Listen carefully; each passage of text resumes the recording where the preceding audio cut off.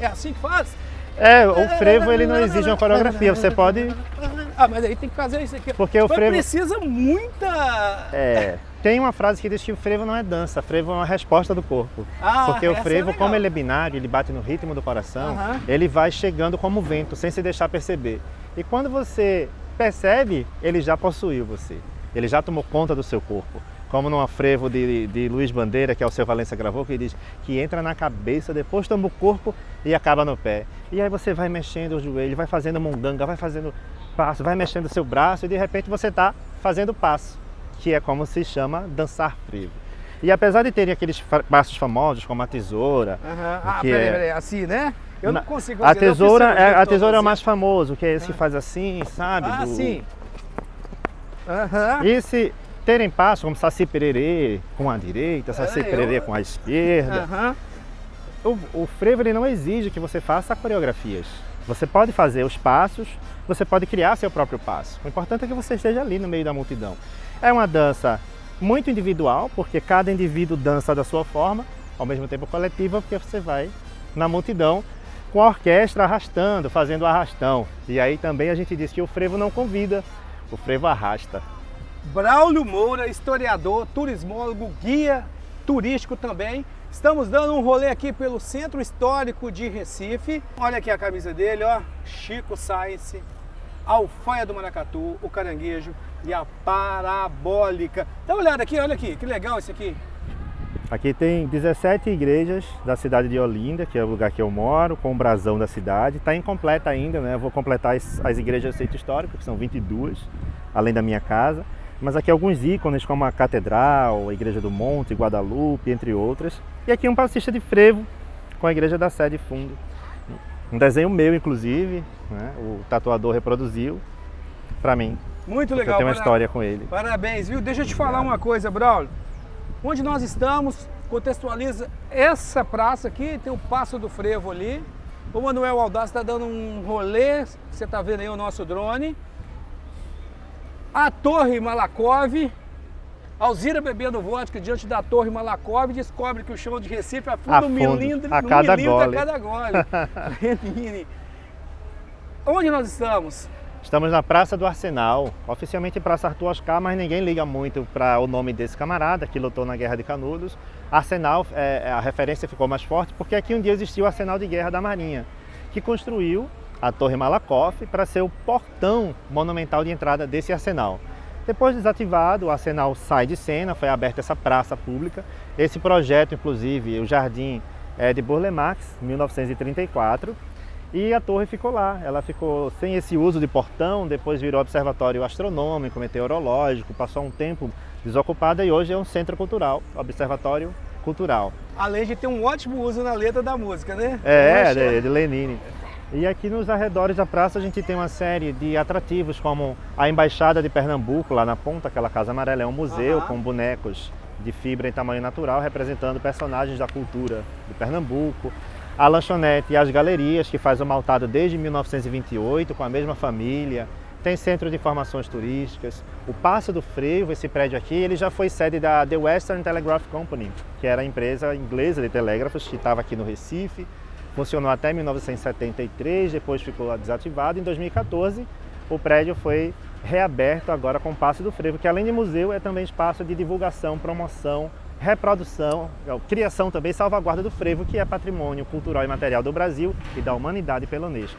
E tem ainda bares e restaurantes como ali a Venda Bom Jesus, que tem uma série de assombrações do Recife na janela. A gente está mostrando as imagens aqui.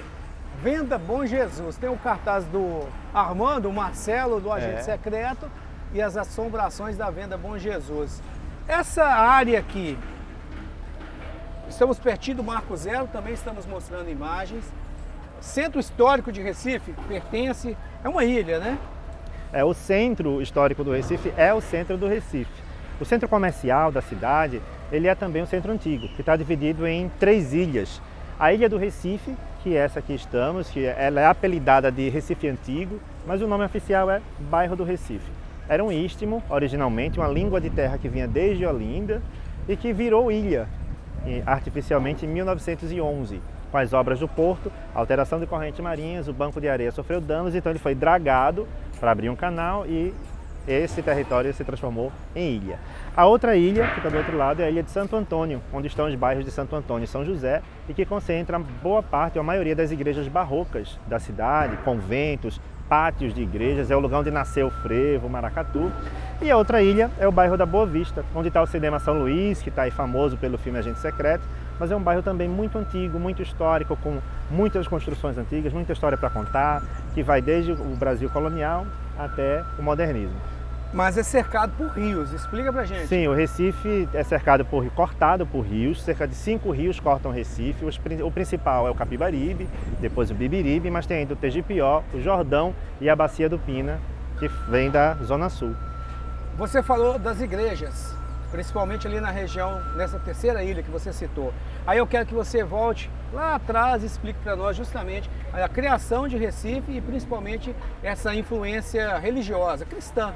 O Recife ele começa nesse bairro, né, nessa atual ilha que a gente está.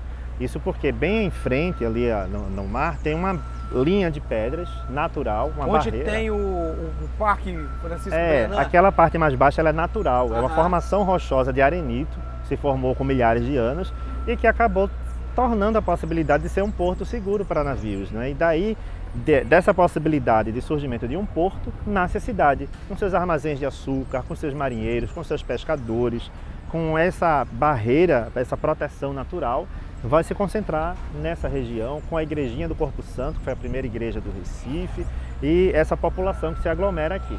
Do outro lado, a gente vai ter algumas casas, cacimbas de água doce e os engenhos nas margens do rio Capibaribe, ou na várzea dos rios. Já para o norte estava Olinda, que era a grande cidade, o grande centro político, financeiro, econômico, e já no século XVI era uma grande cidade, cheia de igrejas, cheia de mosteiros, primeiro hospital do Brasil, primeiro horto botânico, entre outros pioneirismos que lá teve, então essa população mais importante estava lá. Essa influência religiosa em Recife, em várias cidades brasileiras, né? Eu moro perto de Ouro Preto, é maravilhoso, Ouro Preto, Salvador, mas Recife. Recife, como toda cidade portuguesa, ela vai ser moldada a partir das igrejas. As igrejas elas vão construir seus templos e abrir seus pátios, e essas cidades elas vão surgir ou crescer de forma muito orgânica, com becos, ruas estreitas que vão estourar numa praça ou pátio coroado com uma igreja. Só que aí você tem isso primeiro em Olinda. No Recife vão começar a surgir algumas igrejas, além dessa do século XVI ou no século XVII, e vai ter a presença holandesa, que vai transformar profundamente a paisagem do Recife. E esses holandeses que chegam e se instalam nessa região que a gente está agora, eles vão acabar trazendo uma superpopulação e que vai, como consequência disso, ter crescimento do território com ateus e o surgimento de uma nova cidade planejada na ilha de Santo Antônio, que era a cidade de Maurício, a Mauritsstad. E a partir dessa ocupação holandesa, o Recife define um traçado urbano de uma ilha com ruas planejadas, com canais, com pontes que vão surgir, com outros serviços. E após a expulsão dos holandeses, os portugueses reocupam esse território e vão redesenhando, mas a partir do que foi definido na ocupação flamenga.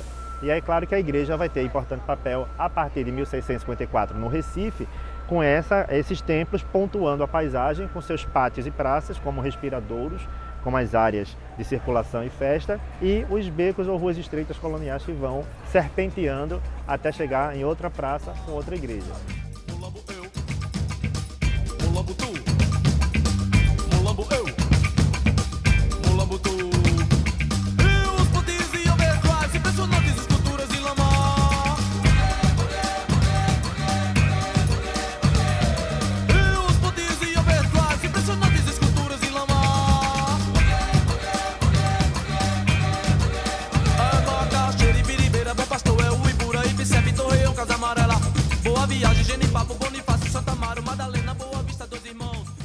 Vamos andando aqui que a gente vai entrar na Rua do Bom Jesus. Foi eleita uma das mais bonitas do mundo. E aí o Braulio vai falar pra gente justamente. Nós estamos falando muito de, digamos, arquitetura, influência na construção das cidades. Agora eu quero entender a formação da população de Recife e do entorno, Olinda. Porque chegaram os portugueses, vieram os holandeses, mas já tinha gente aqui, já tinham os indígenas e uma enorme população que veio da África. Sim. O Recife ele foi uma das cidades que mais receberam africanos escravizados, né, junto com Rio de Janeiro e Salvador. Era um dos principais portos, era uma das cidades mais ricas e com isso vai ter uma grande influência africana. Os indígenas que aqui estavam, muitos portugueses. Vai ter esse momento holandês e também uma forte presença judaica na cidade, tanto que está aqui a primeira sinagoga das Américas. Essa imagem aí é da primeira sinagoga na Rua do Bom Jesus. Exatamente. E aí você vai ter também, a partir do século XIX, uma forte presença de outros povos que vão unir ou juntar costumes como os ingleses, que chegam com a abertura dos portos a nações amigas e que aqui trazem influência na gastronomia, em costumes sociais, no esporte, no hábito de consumo de uísque da cidade. E aí, além dos ingleses, a gente vai ter franceses ou influência direta da moda francesa. No século XX, a gente teve uma presença grande de norte-americanos também aqui, porque Recife foi base militar para os norte-americanos durante a Segunda Guerra Mundial. E todo esse caldeirão vai formar o que é essa cidade tão plural, tão diversa e tão cosmopolita que é o Recife. Pelas ruas que andei, procurei, te encontrar pelas ruas que andei, procurei, te encontrar pelas ruas que andei, procurei. Aí, essa grande miscigenação, essa mistura, formou o povo pernambucano e aí a influência disso tudo, de arquitetura, de religiosidade, de várias populações separadas, diferentes, que vieram, algumas à força, na cultura pernambucana. A gente mostrou aqui, ó, tem o maracatu, tem o frevo, o mangue beat.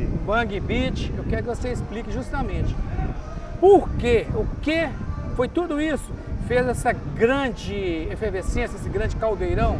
Pernambuco tem uma tradição forte de diversidade, né, como eu falei, é cosmopolita, unir pessoas diferentes, agregou e abraçou ou obrigou, em alguns casos, né, pessoas de diversas origens diferentes.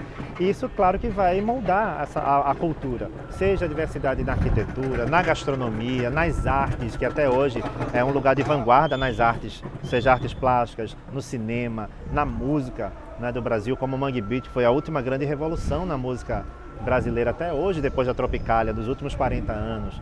Você tem recentemente o Brega Funk, que tomou o Brasil inteiro, que é um fenômeno local e que é fruto dessa diversidade e que está sempre em transformação. A gente está aqui no Carnaval do Recife e é um carnaval também muito diverso. Para você ter ideia, são dezenas de tipos de agremiações e ritmos que desfilam, que animam a cidade, que têm origens distintas, como o frevo, que se divide em vários tipos: frevo de rua, frevo de bloco, frevo canção, os clubes de bonecos, os bonecos gigantes, o maracatu de baque virado, que está às tradições urbanas e ao candomblé, o maracatu de baque solto, que é ligado às tradições rurais da zona canavieira, com os caboclos de lança, o caboclinho e as tribos indígenas ligadas aos povos originários. A gente tem ainda as laúças, que são os ursos de carnaval, os bois de carnaval, o Bumba Meu Boi aqui também sai no carnaval, temos a afoxé, temos uma série de outras coisas, são dezenas, até a escola de samba tem também aqui, que desfila com tudo que tem direito, com carro alegórico, ala de baiana, mestre-sala, porta-bandeira. Dentro desse universo tem ciranda, tem coco, tem mangue beat. Para quem não quer tudo isso, no carnaval tem até espaço para rock, para hip hop, para rap. Tem vários espaços, Recife acolhe, né, todos os ritmos, todos os povos.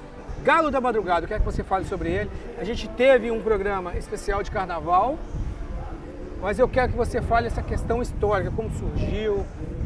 O Galo da Madrugada ele surgiu em 1978, com 70 pessoas, menos de 100 pessoas, com a proposta de resgatar os carnavais de rua do centro, de desfilar no sábado de Zé Pereira, que ainda não era muito bem visto desfilar no sábado, porque era meio que dia útil. E aí saiu de madrugada com essa proposta de ser o galo, que anuncia o dia, e não atrapalhar o comércio.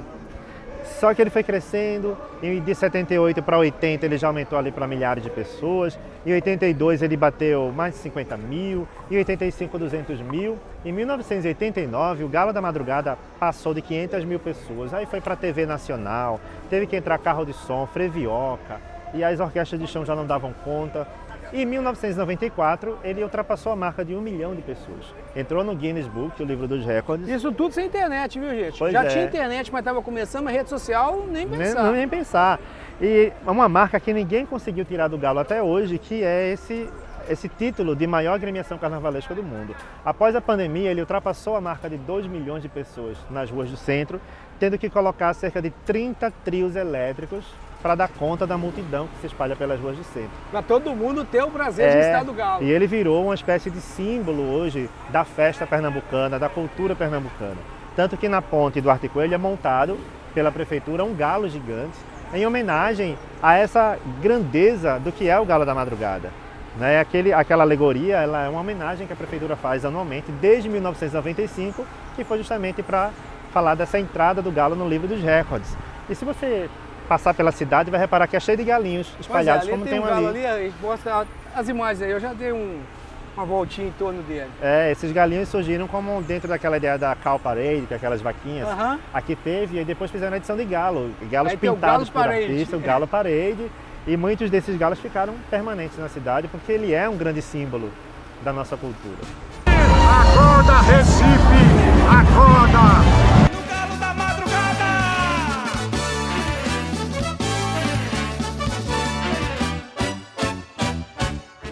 Ei, pessoal, vem moçada, carnaval começa no galo da madrugada. Ei, pessoal, vem moçada, carnaval. Ô, Braulio, estamos aqui, Rua do Bom Jesus, continuando o nosso passeio. Recife, saneamento básico, mobilidade, são as grandes preocupações, os grandes problemas desse povo aqui, o nosso maior problema, digamos assim. Acho que talvez hoje a maior preocupação do Recife seja a mobilidade urbana, porque é uma cidade de quase 500 anos, é a cidade mais antiga entre todas as capitais do Brasil, e como uma cidade muito antiga, ela cresceu sem um planejamento urbano, né? De uma forma muito orgânica, são ruas estreitas e são ruas antigas, não dá para sair derrubando tudo. Tem metrô, tem sistema de ônibus, mas não consegue atender 100% da população. Quantos milhões de habitantes? A cidade em si tem 1.600.000, mas a região metropolitana tem 4 milhões. E essa população de 4 milhões está todos os dias convergindo para o Recife, circulando, o que gera problemas de mobilidade, né? O trânsito do Recife é conhecido como um dos piores do Brasil, por causa desse excesso de carros e talvez da falta de investimentos em transporte público, que seria a melhor solução. E também, quando a gente fala em uma outra preocupação da cidade hoje, é na situação geográfica da cidade em relação ao nível médio do mar. O Recife é uma das 20 cidades mais ameaçadas do mundo pelo avanço do mar e que pode desaparecer ou se transformar de fato na Veneza brasileira, de ficar alagada. Então há hoje discussões sobre que tecnologias, que práticas podem ser usadas, parques alagáveis, áreas de contenção de água, piscinões, bombeamento, para evitar alagamento. Porque é uma cidade que se tiver uma precipitação pluviométrica muito grande, mais de 100 milímetros em poucas horas, e coincidir com uma maré muito alta, essa água muitas vezes não consegue escoar em algumas áreas da cidade. Aí ela fica toda parada, porque ela não bate no mar. Não sai. Por exemplo, aqui, nesse trecho, a gente está aproximadamente 4 metros acima do nível médio do mar. Tem um ponto do centro que está a 2 metros apenas do nível médio do mar. Então é uma cidade que está praticamente no mesmo nível. É uma preocupação grande para o futuro com esse aquecimento global. É uma preocupação grande para o futuro e que hoje também há discussões do que fazer quando chove muito e a maré está alta. Tá calor lá fora, mas Recife tá fervendo, ela já tá toda suada e facilita o movimento. Tá calor lá fora, mas Recife tá fervendo, ela já tá toda suada e facilita o movimento. Ela vai subindo e descendo, subindo e descendo. Ela vai subindo e descendo, subindo e descendo. Ela vai subindo e descendo, subindo e descendo. Ela vai subindo e descendo. Na moral, o calor daqui é pra se foder. A gente está chegando agora em um lugar muito legal, que é o Museu dos Bonecos Gigantes. É em Recife, não é em Olinda, é aqui na Rua do Bom Jesus. Fala pra gente, por que esses bonecos ficam alocados aqui? A gente vai dar um rolê aqui por dentro. Olha aqui, vem cá. Pernambuco é a pátria dos bonecos gigantes, tem diversos artistas que trabalham, como Olinda, né, que é conhecido como o berço dessas personagens do carnaval, mas aqui no Recife Antigo também tem o artista Leandro. Ele propõe fazer bonecos gigantes de personalidades. Então, se você notar, tem muita gente aí famosa, entre aqui, atores, atletas, cantores, apresentadores, TV. Eu não preciso falar quem são, né?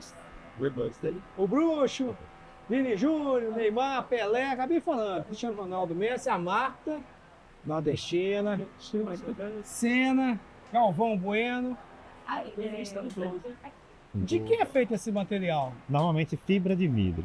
Antigamente, os bonecos mais antigos eram feitos em papel machê. Os de papel machê eram mais pesados, chegavam a 40, 50 quilos.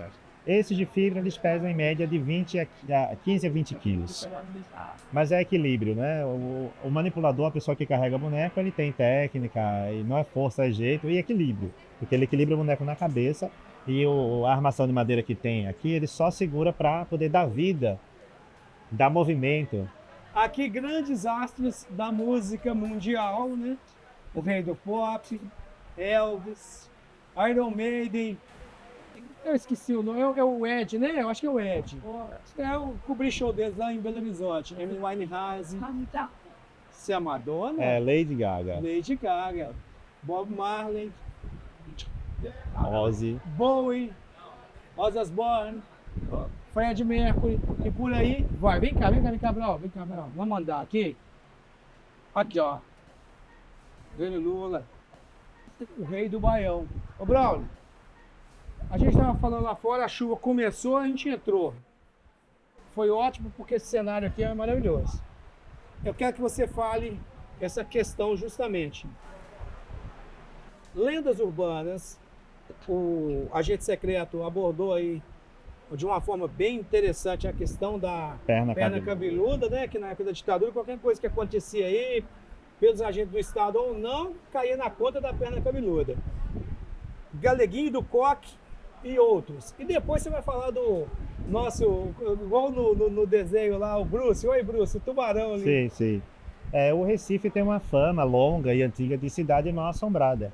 Isso começa lá no começo do século XX. Gilberto Freire ele trabalhava no Diário de Pernambuco e começou a coletar denúncias de pessoas que chegavam lá. Olha, eu quero registrar uma denúncia no jornal ou na delegacia de uma casa lá no bairro de São José que tem barulho de corrente arrastando, é prato quebrando, é vidro quebrando, a gente vê um fantasma, ninguém tem sossego. E aí ele foi coletando isso e lá por 1940 e pouco ele lançou o livro Assombrações do Recife Velho, catalogando algumas dezenas dessas histórias mal assombradas da cidade, como o enforcado do Beco do Marisco, a velha e o bode vermelho de Apipucos, a emparedada da Rua Nova, a Cruz do Patrão, o Boca de Ouro, o Papa Figo. E a partir disso, essas histórias que já circulavam na boca do povo, elas ganham esse registro, né, bibliográfico, vão surgindo outras e outras e outras, vêm outros autores especializados.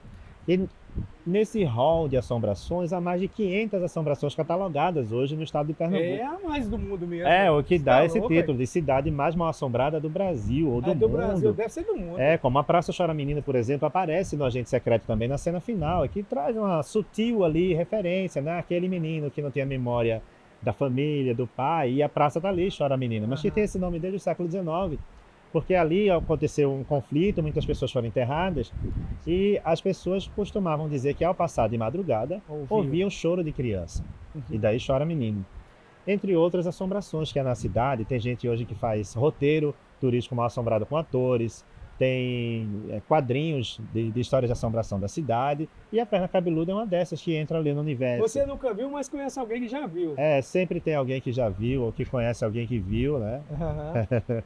E aí, como que é a história dela? Como que surgiu a perna cabeluda? Há algumas vertentes, algumas pessoas dizem que certa vez apareceu uma perna cabeluda sem corpo boiando no rio, sem dono a quem, né, juntar as peças, e que jornalistas deram uma barrigada, né, como diz a história. Eles criaram a história ali por falta de pauta ou por falta de assunto no momento, para poder dar assunto, e a partir daí vai surgir muitas pessoas dizendo que foram vistas ou perseguidas ou agredidas pela perna cabeluda, que vai entrar naquele contexto jornalístico da ditadura militar também, de não poder dar nome aos bois e ser usada como essa peça. Mas interiores afora e nos arredores do Recife, muita gente conhece alguém que viu ou que foi perseguido pela perna cabeluda. E aí quem viu ou já morreu ou tá volta juízo. Década de 70.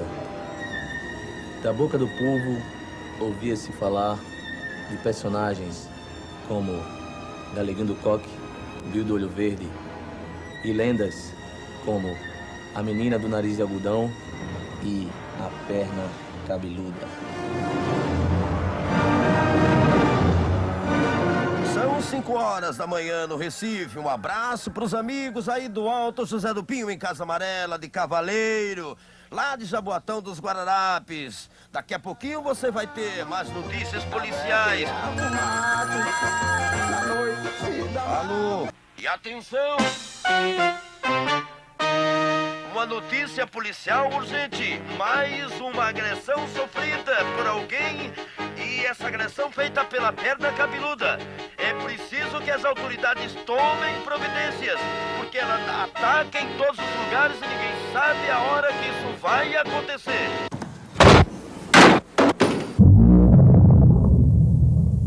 Esse não é lenda. O tubarão aqui em volta, os tubarões, né? Toda semana relatos. Eu já ouvi falar, é o Porto de Suape, a gente tem alguns documentários na internet, uma história de um frigorífico rio adentro que jogava sangue, né, restos de animais, e os tubarões sentindo ficavam ali na foz. O que se sabe? Não há um inimigo número um, não há assim um acusado número um. É claro que dejetos ou matéria orgânica jogada em rios que vão jogar para o mar contribui com a atração de animais em busca de alimento. Você tem destruição de manguezais, que são berçários naturais onde os animais marinhos se reproduzem e se alimentam. Você tem a construção de um porto gigantesco, um dos maiores do Brasil hoje, que também, né, acabou prejudicando ou destruindo a área de manguezal, que era estuário. E tudo é um conjunto, você tem um crescimento da população que vai cada vez mais à praia, você tem circulação de animais e alguns animais que são especuladores, né? Algumas espécies que elas gostam de ir lá procurar saber o que é aquele alimento. A carne humana não faz parte da cadeia alimentar do tubarão, ele não come gente, mas ele às vezes quando ele vai especular o que é, ele dá uma mordidinha para saber se é uma foca, se é uma tartaruga, que ele não tem uma visão boa e às vezes na margem, na água turva, ele confunde. E nessa confusão, essa mordidinha, ela às vezes é muito potente. E aí a pessoa às vezes ela se viva perde parte do membro, ou ela às vezes morre de hemorragia ou de uma infecção no hospital. Poucos dias antes da gravação teve um caso em Olinda, numa área não permitida para banhos e repleta de placas. O que acontece? Hoje nas áreas de risco à sinalização, o recifense aprendeu a conviver com o tubarão, porque é possível. Na praia de Boa Viagem, por exemplo, tem uma área muito extensa com recifes naturais, que formam piscinas naturais, que são áreas seguras para banho, e a praia está sempre cheia com as pessoas tomando banho. Elas aprenderam os limites, até onde deve tomar banho. E outras áreas não é permitido porque não tem essa proteção natural. Então, desde 1993 ou 4 mais ou menos, tiveram 80 e poucos incidentes. Né? O mais recente esse de Olinda, numa área não permitida e sinalizada, mas que a pessoa era um jovem de 13 anos, né? Às vezes na adolescência ou pré-adolescência paga para ver, acha que nunca vai acontecer conosco, e aí sofreu, né? Pagou as consequências do ato. Mas há hoje o CEMIT, né? Que é um comitê permanente de monitoramento de incidentes de tubarão. O Recife é uma referência internacional em atendimento a vítimas de incidentes de tubarão, no socorro rápido, né? Tem, dentro na praia de Boa Viagem, por exemplo, tem pronto-socorros preparados, tem ambulâncias, tem helicópteros, enfim. E hoje há um monitoramento também feito pela Universidade Federal Rural de Pernambuco desses animais. Ô Braulio, entrevista espetacular, sabe muito. Eu quero dar mais um giro aqui, antes de encerrar. O Milton, Pituca, eu não posso nem falar muito, né? A nossa Fernanda Torres, Rita Lee, João Gomes, ao lado do Rei. Vou mostrar aqui Paulinho da Viola, Elza Soares, Djavan. E aí temos aqui Chico Sainz, partiu precocemente, um acidente de carro, uma tragédia. E aqui o Rei do Brega, 14 de fevereiro, não é isso, Braulio? 14 de fevereiro, Dia Nacional do Brega. Em homenagem a Reginaldo Rossi, que nasceu no dia 14 de fevereiro. A gente termina esse programa com ele, o Rei do Brega, também partiu precocemente. Ariano Suassuna, Elba Ramalho, ali, ó, Wagner Moura e Kleber Mendonça Filho. Anda comigo que você brilha, andando por Recife, Olinda, Carnaval e Cinema. Tchau! Hey, vem cá que eu quero te mostrar. Hey, a minha cidade, o meu lugar. Hey, Recife tem um coração. Hey, tem muito calor, muita emoção. O povo daqui gosta de cantar, tem religião, gosta de rezar. Tem cristianismo, tem candomblé, tem muita cachaça e muita mulher. Tem Luiz Gonzaga, rei do Baião, tem Alceu Valença, Anunciação. E em Olinda o carnaval é o melhor do mundo, é sensacional. Hey! Recife é isso aí, bicho. Muita alegria, muita música, muito sol, muita praia.